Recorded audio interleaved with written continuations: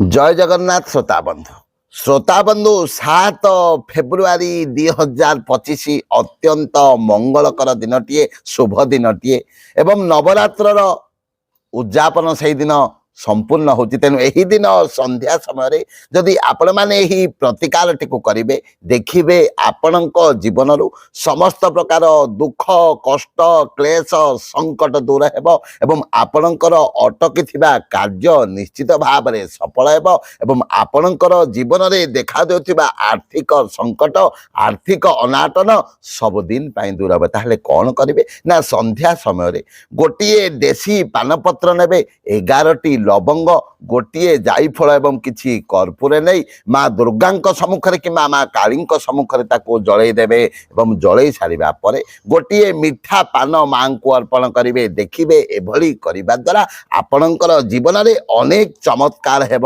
ଅନେକ ପରିବର୍ତ୍ତନ ଆସିବ। ଜୟ ଜଗନ୍ନାଥ।